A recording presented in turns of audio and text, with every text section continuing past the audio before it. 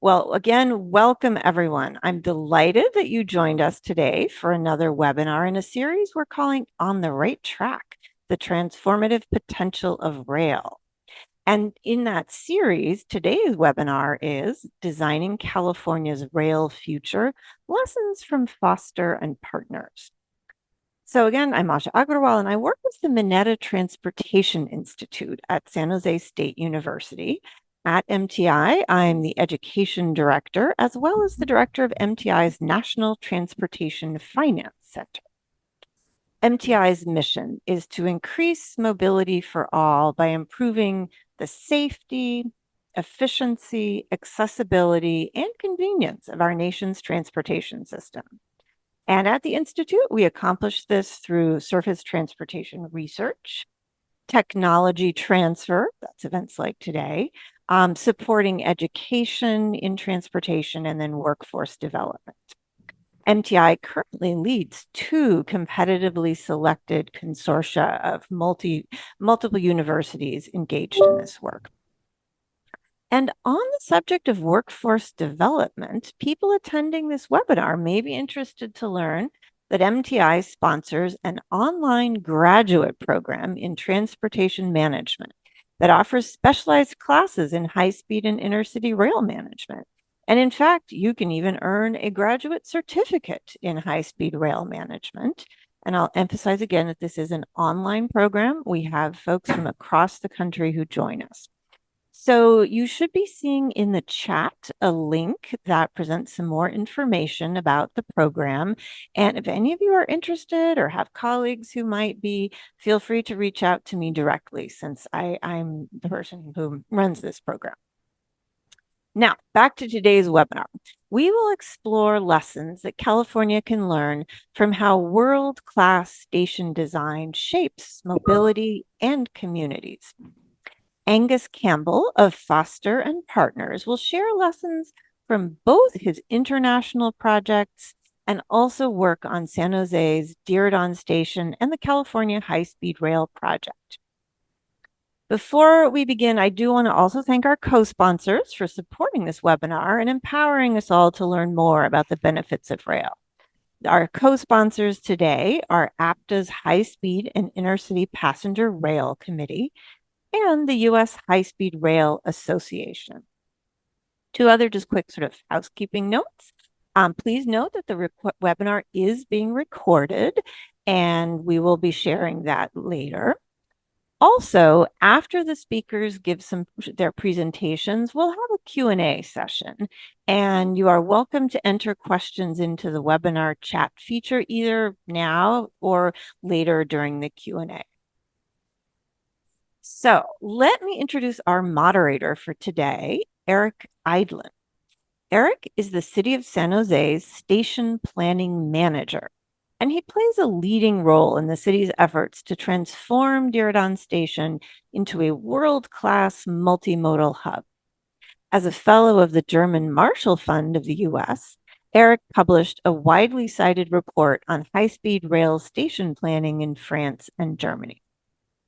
Eric also regularly teaches a high-speed rail management class for the online graduate program I mentioned a moment ago that MTI supports. And in fact, this past June, he led a special study abroad class to France and Spain to study rail stations. And he and I will be heading again to France and Spain this May to offer that class again.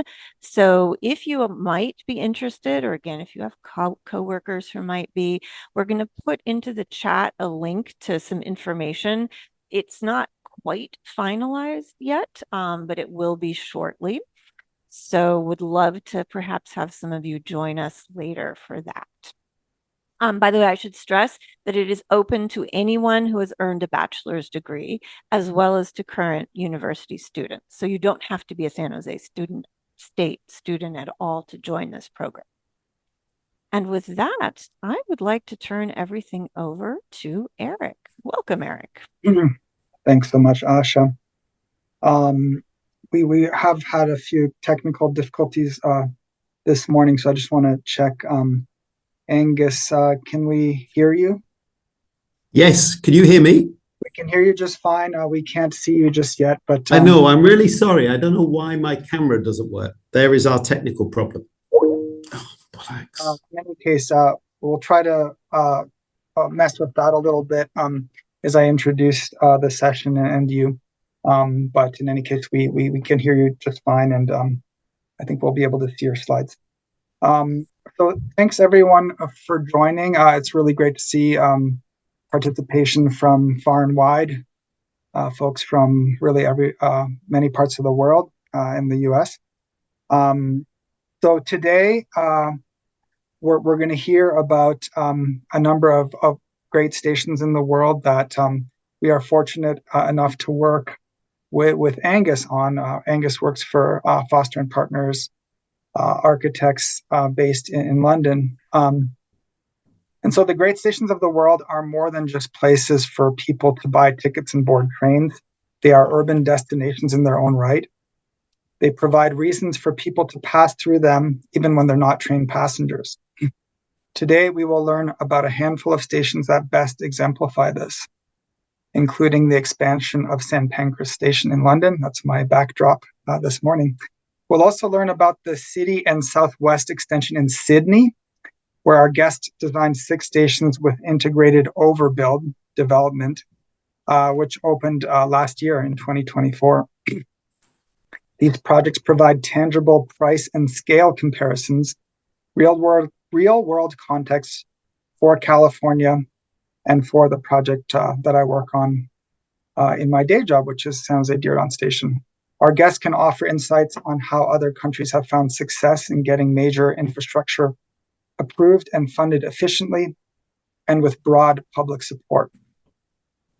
I'm excited for this opportunity to hear from our guests today and to learn with all of you. I hope we can keep in mind how these global lessons can inform and shape our projects and the success of rail in California and beyond. All right, with that, let me introduce our speaker, Angus Campbell. We can't see him yet, but he is here. He's a senior partner at Foster and Partners Architects, where he has led some of the world's most complex and iconic infrastructure projects over more than 3 decades. Trained at the University of Birmingham and the Bartlett School of Architecture, Angus has overseen transformative projects across more than 20 countries, including Wembley Stadium and Station, the King's Cross Master Plan, San Pancras Station, and the Haramain High-Speed Rail project in Saudi Arabia. His work spans major stations and transit hubs, designed as anchors and for vibrant urban districts, as well as globally recognized venues such as the Hydro in Glasgow. More recently, Angus has directed station design for Sydney's City and Southwest Metro extension, and is currently shaping the future of California's mobility through projects like the California High-Speed Rail, the expansion of San Jose Diridon Station, as mentioned already, and, the BART to Silicon Valley project. His holistic approach to transit architecture brings both a broad international perspective and deep expertise to today's conversation. All right, well, with that, I would like to turn it over to you, Angus, and I fear we might not be able to see you, but I think we can hear you just fine. Thank you all, and I don't know why my camera isn't working, but I can't solve it. So in effect, just a brief agenda of what I'm going to present today, a little bit of an introduction about Foster and Partners and who we do, what we do, and why we think we have gained the skills to do. We're very good at transport. Then just a little bit on new trends in architecture. Then the lessons really that I've learned on Metro, be it Crossrail, Sydney Metro, and how they've applied to the BART extension, the importance of adaptive reuse in transport, and then lessons learned from Stockholm Central Station and really how they've applied to the work we've done with Eric and the team from Diridon. So in many ways, I don't know, many of you know about Foster and Partners, was founded by Norman Foster about 60 years ago, but we kind of pride ourselves on we work on many different scales of project, but many of our projects have become synonymous with cities and countries, and we are very we don't limit ourselves to any building typology. We try and push the boundaries each time. What we also, we're not just an architectural firm. We've also got in-house engineering, both structural, environmental, transportation, urban design, and it allows us to have a very holistic view on architecture. And one of the real things that we've seen is over the last kind of 37 years since we first started work on the King's Cross master plan, we've seen huge trends really in the way that infrastructure is designed, particularly rail infrastructure, because originally back in the kind of early 90s, I would call them typically transport interchanges. It was all about moving people from A to B. But now all of the projects we've had in the last 10 years, they're all about destinations and still with the same intermodal connection, but they create destinations and transportation hubs that's so much more than just being rail, bus, tram systems anymore. Probably my first experience was really working on Canary Wharf Jubilee Line station, which was a huge new transport kind of interchange for 20,000 people in a new central business district on the in the Docklands of London. And here, the transport, the kind of the British government paid for the transportation to be delivered out to Canary Wharf. And then the private developer, Olympia and York, developed over 1 million square meters worth of development around the station to create this central business district. But what's interesting to us is that 20 years after Canary Wharf station, and it's a heroic station, the biggest on the Jubilee line, was 20 years later, we were approached again by the owners of Canary Wharf, and this was to design a second station for what we call Crossrail. But here, Canary Wharf Group, they paid for the station in its entirety because they had some very specific requirements about what they wanted the station to do, in as much as it's a metro station that has 5 levels of retail sitting directly on top of the metro station.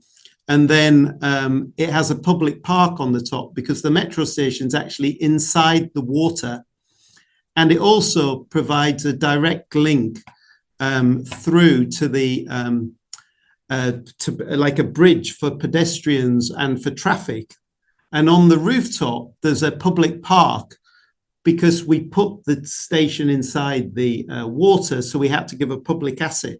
But the whole building above the station actually opened 5 years in advance of the metro station becoming active. But the fact that the private developer was prepared to pay for the station was just a change in the way these projects are funded. That brings me on to Sydney Metro. So as Eric mentioned, this was 6 stations designed from in 2017, and the whole line opened in 2024. They were part of a bigger, wider network. So our bit went through the central business district, where we had stations, again, very similar to the station at Crossrail, where the station box actually provides the structural support for a 200-meter tall tower above, and the station is basically a contractor developer have come together to build the station, and then it's provided to the transport agency to operate for the next 20 years. But the building of the station was paid for by the contractor developer team. It has its own designated entrance at ground floor. and the entrance to the TOD above is pushed up to the second floor to allow you to access the towers above. And then the station is fully integrated into the columns supporting the core, and the tower above pass through the station, and the circulation from the station entrance up at street level wraps around the columns and brings you down to the station. And then you can see here that, again, the circulation is fully integrated between the people and the shape of the engineering to maximize the shape for the passengers. And we've used the environmental conditioning, the ventilation, the lighting, the CCTVs almost as wayfinding devices in the ceiling to push the passengers, to direct them towards the platforms on the way in and the entrances on the way out. And the platforms themselves, again, this is a cavern construction typology. And we developed up a strategy where we have an integrated seat that runs around the wall side of the station that encourages all the passengers to stand on the edges of the platform away from the doors until the trains arrive, and then they enter into the platforms. But in many ways, the great thing for us was that, and you can see here in the view that it encourages everyone to wait away from the doors and then come into the platforms when the door opens. But the really unique thing was you have a situation where from start to finish on our project, it was 7 years. And that was because the brief was defined before we started. We designed it kind of once. They approved the option for us to develop. They went out to tender to bring in design and build contractors for the buildings above. And the project went seamlessly ahead. And then I come to the BART extension, which after I finished the design of the of Sydney Metro, the next project I came onto was the BART extension, so in effect, we've been working on the BART extension for 6 years. And in 6 years, we have done 10 different alternatives for the station and the station configurations. And we still haven't got to the stage where we're even going to the commercial, out to the commercial market. And I think it's because the way the project has been, the direction and decision-making process that I no doubt will come along in the questions at the end. But where we've landed on the station is that, in effect, we tried to come up with a unique identity for the city that harks back to its Art Deco format, with this kind of curved configuration, creating an entrance that, works with the hierarchy of the stations and the podium of the urban blocks around the station. You begin to see here how the station looks, the form, the canopy that comes out supporting the protecting the passengers as they come in through the gate line, and this direct connection then to the bus network and the LRT network that is running through the city. And then what we wanted to do was to make sure that we could get natural daylight all the way down to the platform. So here you see how the arch form of the roof works, pulling the daylight all the way down into the platforms below via the escalators. What you see here is the key thing for us was that the station isn't a station in isolation. It's part of a wider master plan that had a crucial component where the whole VTA urban block, the car park next to the station, will act as a kind of catalyst of development, where we, in effect, designed the urban block so that you can see here is the station. Oh, if I go back one, the station is here. The actual the tracks and the platform are under Santa Clara Street, and the station has one level of kind of basement. We've put the MEP in the basement, and what you have is direct access from the station into the plaza. The plaza then has kind of, a mixed use scheme of residential, hotel, and commercial. And all of the rooftops will be activated so that you have full connection with the fantastic landscape that you have in San Jose. Then what I wanted to do was to move to St. Pancras, where this brings me on to the world of adaptive reuse. So here we have an existing station that was built in the 1870s, connecting the west coast of the UK together. But by the 1980s, the station itself was pretty worn out.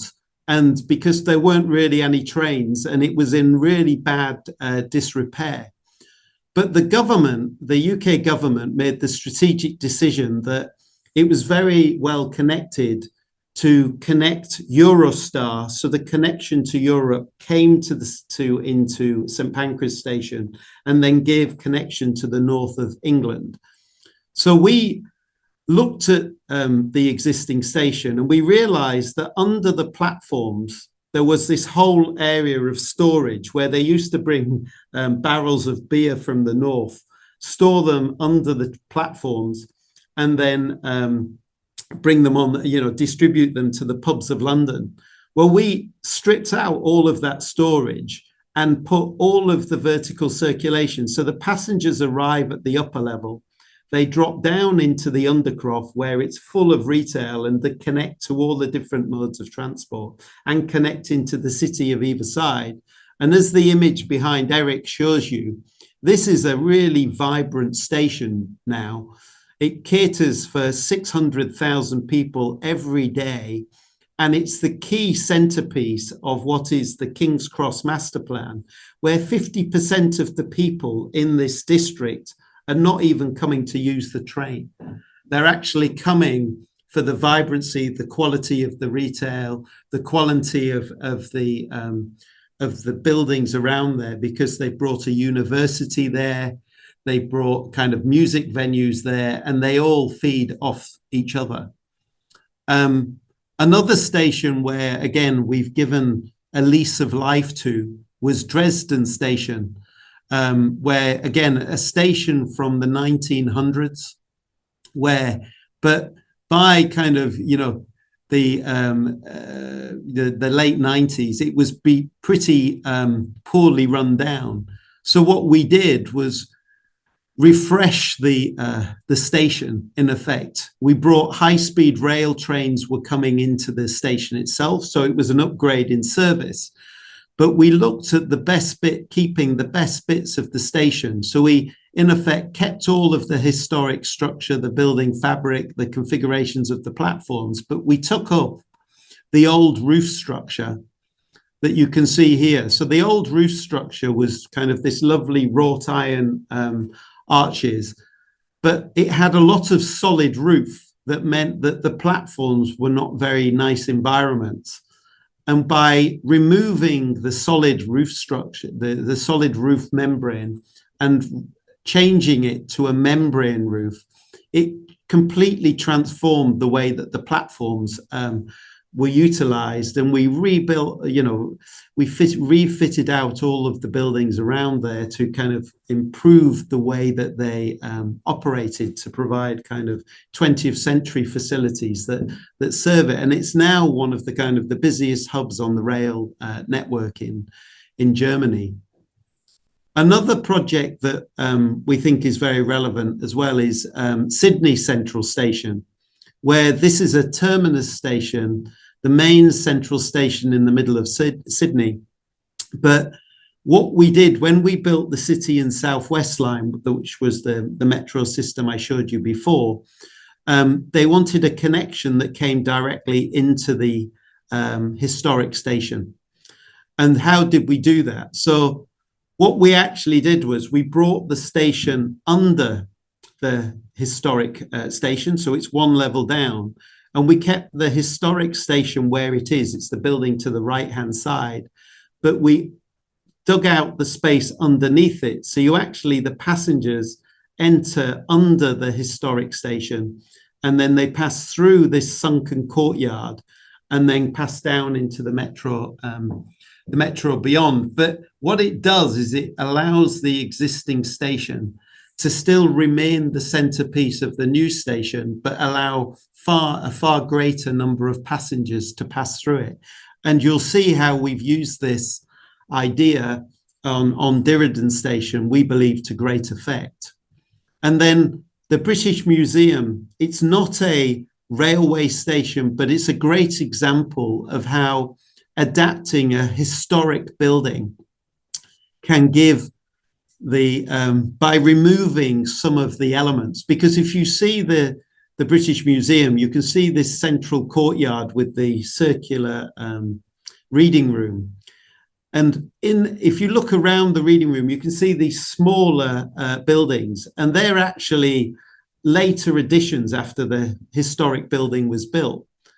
What we did as Fosters was relook at the whole master plan for this, strip all of those buildings in that central courtyard out, and make the central courtyard an orientation zone and a glazed roof between it. Which then, if you look inside the station, this historic room, which is, you know, fantastic round building where all of the kind of the really valuable books are kept, becomes the centerpiece of the museum, and people circulate, and it's the orientation zone you can go to. But it shows how by re-looking at history, you can give the building a new purpose for the next, generation, if you like. So now I'm going to talk about the Stockholm projects, and the Nordics are, in effect, they're the most advanced, thorough thinking client I've ever come across, because the projects, the brief is so well written and strategically put in place before they even go out to the market. What this is trying to show is that both projects I'm currently doing in Stockholm, they've already put together an affiliation where you've got Jan Utzon, which is the state-owned developer and the project sponsor. You've got Traffic Verket, who are the rail operations, the rail expansion, and the signal upgrades, and the city of Stockholm that define the building envelope and create an integrated master plan. They are, in effect, our client. They've got shared goals and objectives and a vision for what the project was. And they put together a brief where they didn't want an engineer to be the lead. They put the architect as the lead and asked us to surround us with mobility experts, engineering experts, financial experts, but to then give us the support to ensure that they had a holistic view to how this project was delivered. This is the first project I did in Stockholm, and it's 17 years in the making. But this was the project when we started, which was actually, this is the center of Stockholm, but in 1935, they made a fatal mistake of bringing the cars into the middle of Stockholm, and they created this cloverleaf configuration of the roundabout just to get the quantum of the cars through the city. But underneath this roundabout, you've actually got a sluice gate, because on the left-hand side, you've got the seawater, and on the right-hand side, you've got the fresh water. And with the climate change, the rising seawater is now infiltrating the fresh water, and the city drinks its water from the lake. So we had to replace the sluice gate. But the columns of the road were sitting in the water, so they'd rotten, and they had to replace the bridge.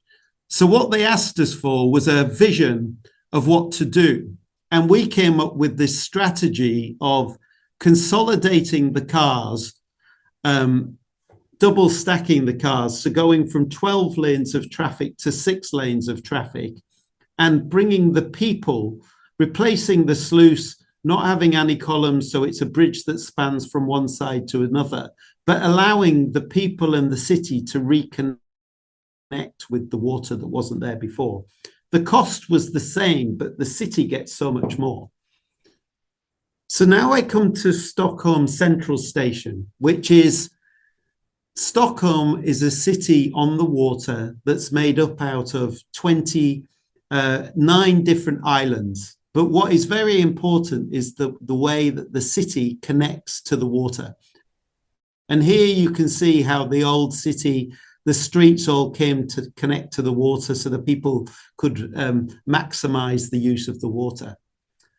But 150 years ago, they built a railway, and the railway separated the city centre and the business core centre here from the water. So you can see that the roads are all marked in blue, but the railway tracks basically occupied it, which then completely transformed the area around the station. So what you can see is they built the station 150 years ago, but the same problem that they created, which was the detachment of the city from the water, still exists 150 years later. And it means that the area around the station is really not very nice. It's all logistics, car parking, and traffic. What you don't see here at all is any people. People come into Stockholm, they go on the metro, and they leave the area straight away. They don't walk away from the station, which is really unique because Stockholm is known for its lovely pedestrianized streets. It's just the environment by the station is not very nice. So how did we come up with our solution? So we did lots of analysis, looking at at what happens in the building uses around the station. So you can see here that, it's business districts, which is red, and yellow is residential, but there's not much variety of mixture of spaces and a lack of places and diversity. If you look at the image on the right-hand side, you can see that there isn't much in the way of activities. There isn't there's lots of activities a few streets away, but because the environment is very car dominated, there's not very much activity in the close proximity to the station.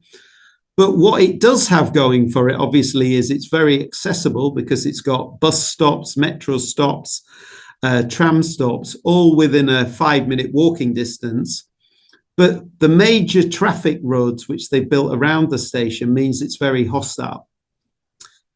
So our strategy was to come up with a solution where the image on the left-hand side is showing the problem today, and the image on the right-hand side is using this space syntax software of extending the city grid into the across the station itself to change bring the scale of the space down and bring the city over the top.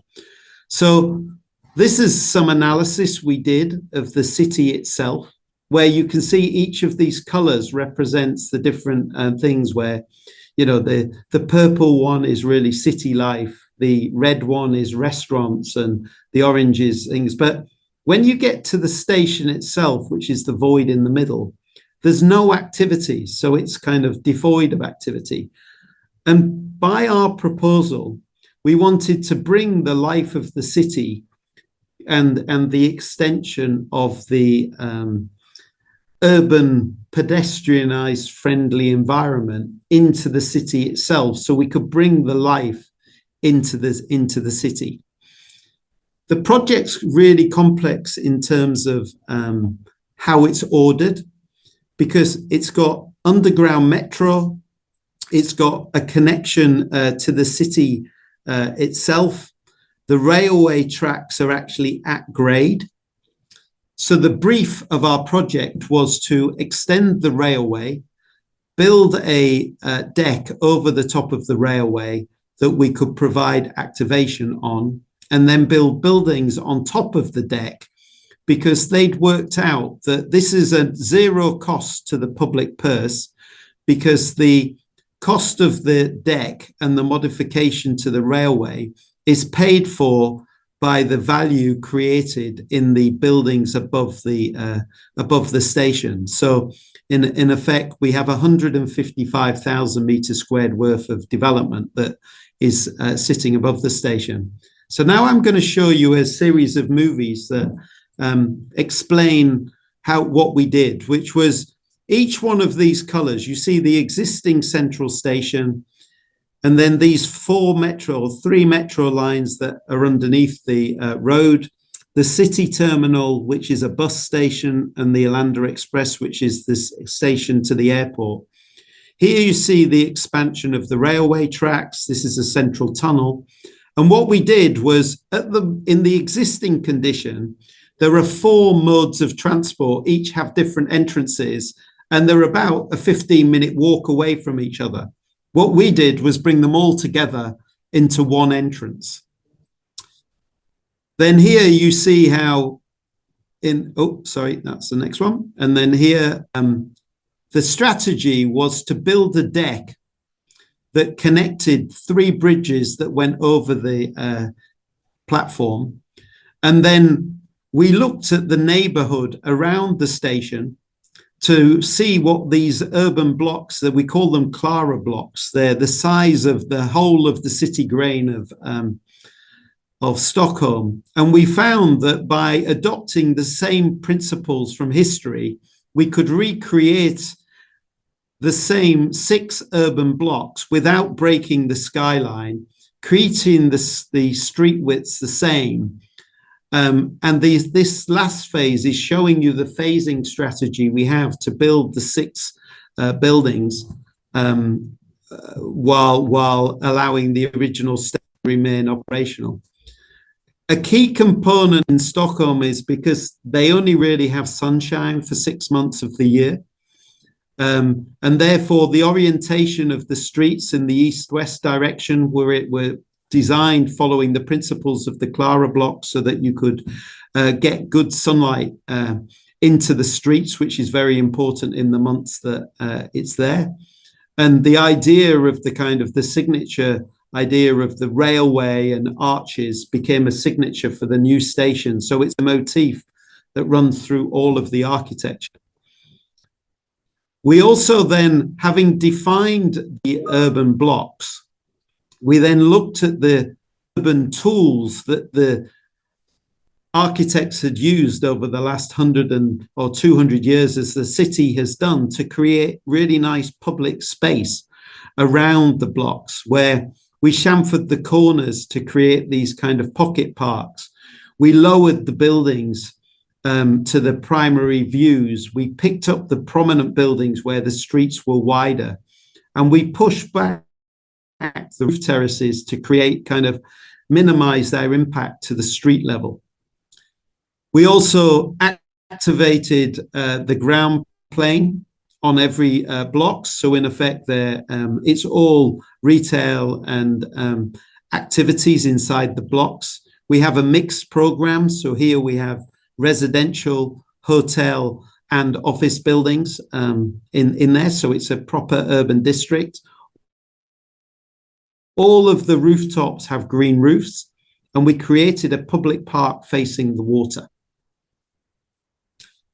And then the transformation you can see here, these are transformation. This is the image of the pictures today, where you can see the roads and the rail tracks running through, and here's the historic station.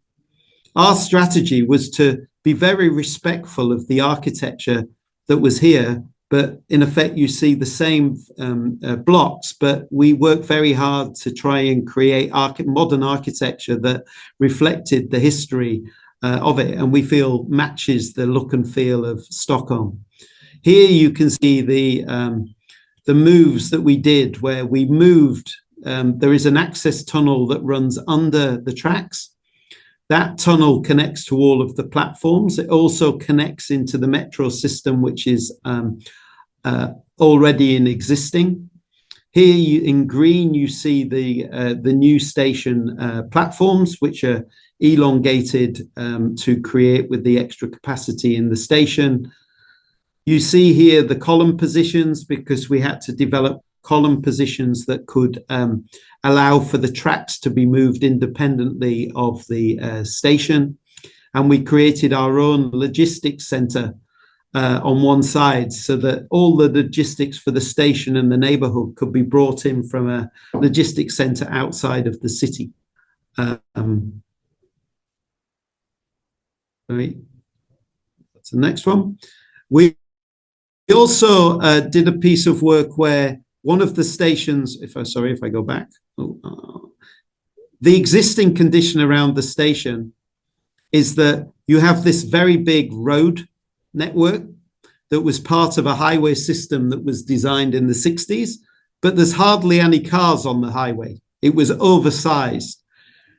So what we did was we realized, we worked with the city, and we managed to convince them to remove half of the road, which created the space to extend the existing central waiting hall and create a new entrance that could be, this is our new intermodal connection to all the different modes of transport, that occupies the space of the old bridge. And we also were able to convince them to remove some historic additions that were added at the end of the to allow you to connect out onto the end of the railway park.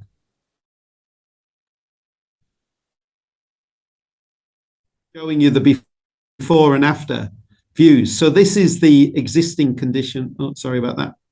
This is the existing condition today, where you can see the road crashes straight into the historic station. We were able to remove half of the bridge, consolidate the traffic where it needed to be in the smaller bridge. It allowed us to create this new central hub through which all modes of transport are connected, and the street connection passes straight through. But this is the existing condition today, where there's lots of tarmac but not very many cars, but it's a hostile environment around the station. And how we've changed it, where really it's prioritized with people. There are no cars allowed on this street. There is a cycle path connection, and the buses don't connect here, but you have direct connection into all of the buildings and connection down into the extension. One of the big transformations was internal, where this is the existing waiting hall today, where you can see that one end is blocked, and it's blocked because of the position of the road, and you have to go up the escalators. What we did was, by demolishing that half of the road, we were able to extend the waiting hall, flood it with natural daylight. Just the other side of the road, you can see here, this is where the Yolanda Express trains are. So suddenly, when you're in the waiting hall, you can see the trains. The buses are at the upper level, so you come, it's got its own dedicated entrance. The entrance was already there, you just couldn't see it. And we've opened up the ability to see the station and the increase in platforms that come through. But it was only possible by looking at the wider transportation network. Angus? So here you can see, yes? Yeah, I'm sorry, Angus, I know we're a little, we had some technical difficulties, but we're going to need to wrap it up pretty soon. I'll be quick, Eric. But here you can see kind of the view from the street. This is just a cross section showing the kind of the arrangement where the tracks are, the deck level, and the buildings above. But I wanted to show you the transformation that it gives you, which is you suddenly go from a hostile environment next to a railway to a pocket park with life and activity. You know, the hostile railway tracks is now a railway park with views of the skyline of Stockholm. You know, this was the entry experience into Stockholm, and now it's a park that people can experience as they leave the station. And another key component was that looking at the carbon footprint. So with our design, we basically did it looking at every single component of what you make it out of, so that this was the idea of this was to not only deal with the social and economic benefits of the station, but also look at the carbon component and then let it be part of the decision-making process. And it's, and it led us down some very interestingly all wood construction, which I think is very good for the environment. I think, Eric, with that, because people have probably seen, my only other piece was to talk a little bit about how we had applied these strategies to Diridon, but I'm happy to stop there and maybe I answer questions if that's better.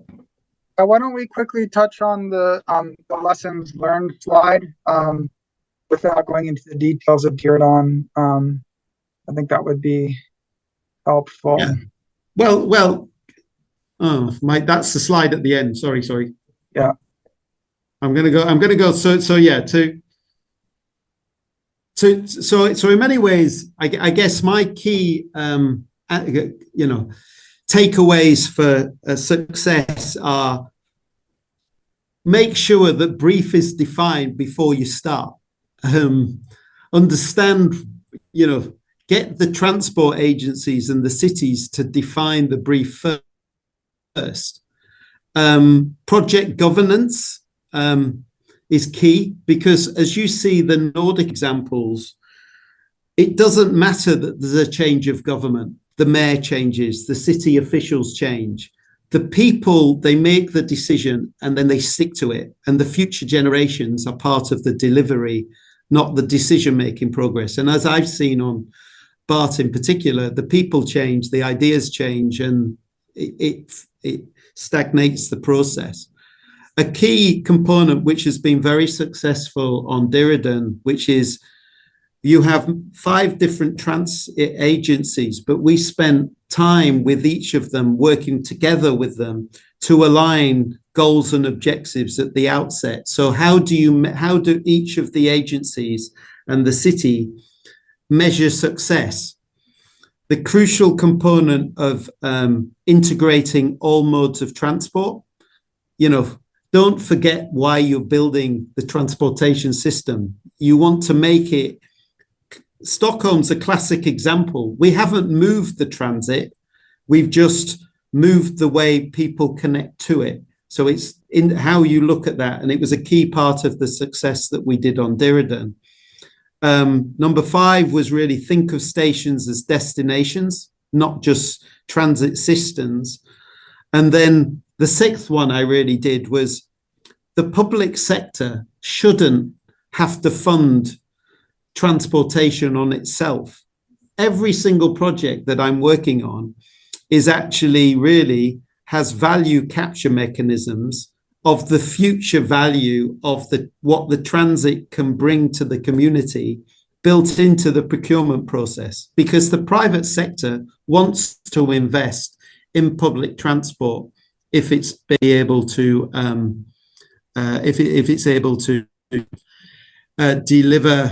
deliver integration. And with that, they were my key takeaways, Eric, and I think maybe it's a good place to stop and open up the forum to questions. Yeah, thanks so much, Angus.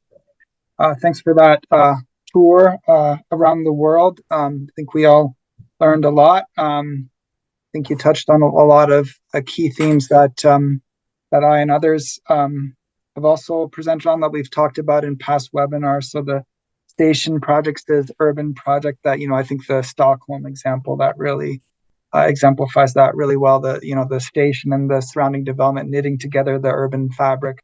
We saw that also in Paris with the Rive Gauche project in the last webinar. And then, of course, transportation facilities as rail stations is more than just transportation facilities. And I want to touch on that in a second, because I know I've been to San Pancras, and I would say it is breathtaking, impressive. And I would say the retail was perhaps even a little too successful. And I know we've talked in past webinars about, the real value of a train station is that it's space efficient, right? It's uniquely compatible with dense cities because you can bring so many people into the heart of a city with comparatively less negative impact on the urban fabric compared to, of course, cars, roadways, and airports, right? So how do you think about, that's maybe a first question. In San Pancras, how do you think about managing those, managing success, if you will? It's been so successful that, maybe it's in some cases a little hard to get to the gate, or it's not the gates. Well, it's funny that you raise it, Eric, because in a way, St. Pancras has been so successful. But what's happening now is, at the moment, you only actually have the way the station is designed is that it only has one European operator. We have 4 operators under one roof, but they actually want to expand the station and bring 2 other European operators in. And there is capacity on the platforms to do it, but the actual space under the platforms is actually too small now. And what we're looking at the moment is expanding and doubling the size of the retail. The space is there because the tracks are elevated, and therefore there's a whole area to the north of the station, which will be a separate terminal in effect. We'll recreate the model that you see here, where what you're seeing in the middle, in the image in the middle, is actually a street, an internal street that's at the existing ground floor level externally, and it connects the metro at one end, and at the other end it's the regional railway, and it opens up into the bigger space. But it's a route that people would walk like they were in a city. It just happens to be within a railway station, and then you activate it with retail on either side, and it's super successful. It almost, it's become a destination for people who they're not even going to the retail. They're not even going to the train station. They go there because of the quality of the retail offering. Yeah, well, I guess that sort of touches on one of our key lessons from our study abroad trip this summer and the webinar we did last month, which is, but you're basically saying you might need to expand and reconfigure things, but you do need to worry a lot when you're starting one of these projects about getting the least flexible elements right from the get-go. So that's the alignment of the rail, it's the station location in itself, and things like platform width. Those are extremely difficult to. And Eric, what I tried to say in the Stockholm example was a great example where you need to choosing the right kind of retail and what facilities to put inside the space under the platforms. It wasn't by chance. We analyzed a mile radius of the station. We looked at what facilities were there. It's got pharmacists, it's got dentists, it's got doctors' surgeries, as well as a particular retail brand or a coffee shop or a restaurant. It was hand-picked for that area, and it's got the wider King's Cross master plan, a little bit like San Jose. It has St. Martin's University in there with 10,000 students, and the 10,000 students use the metro and the train to get to, or bicycle or bus to get to their university. And they pass through this station. That's why, the San Jose, the Diridon station we've done together has all the opportunities to transform in the same way. Right. Thank you, Angus. I want to take one more really quickly question from Franklin Tang in New York City, works for NYU Mellon. He is asking, what are the main differences between Sydney and downtown San Jose with the BART downtown station planning that made it more difficult perhaps in the San Jose context to achieve these multiple city building and mobility objectives at the same time?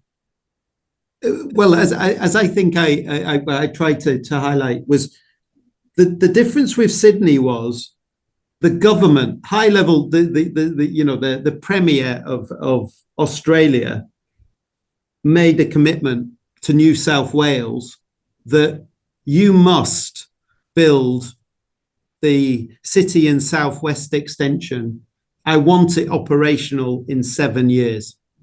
And he made a state commitment, and then the municipality, if you like, of Sydney were committed.